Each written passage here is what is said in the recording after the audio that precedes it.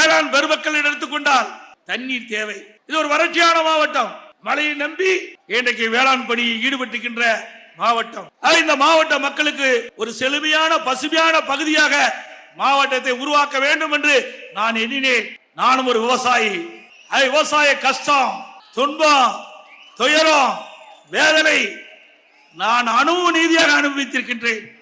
ஆகவே விவசாயிகள் படுகின்ற துன்பம் களையப்பட வேண்டும்.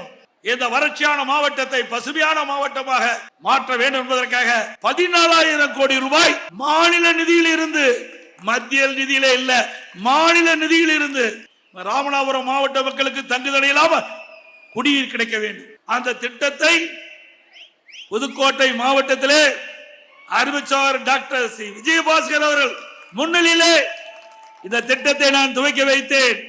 6 அரட்டையும் தண்ணி, 6000 கனஅடி தண்ணி அந்த கால்வாய் வழியாக நம்முடைய ராமநாதபுரம் மாவட்டம் வரை வருவதற்கு அந்த திட்டத்தை கொண்டு வந்த அரசாங்கம் அதிமுக அரசாங்கம். திரு ஸ்டாலின் அவர்களே, தமிழகத்தில் விவசாயிகளுக்காக இவ்வளவு கோடி நிதி ஒதுக்கிட்டது கிடையாது.